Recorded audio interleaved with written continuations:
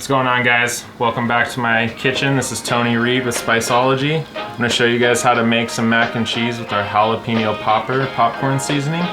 Let's do this real quick.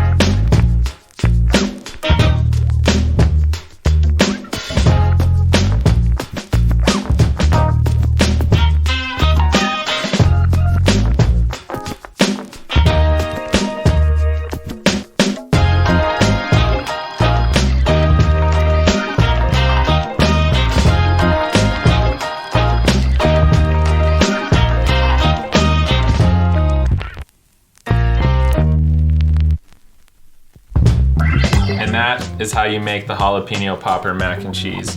It's perfect for any cookout, holiday dinner, birthday parties. This mac goes with just about anything, so enjoy, everyone. Thank you.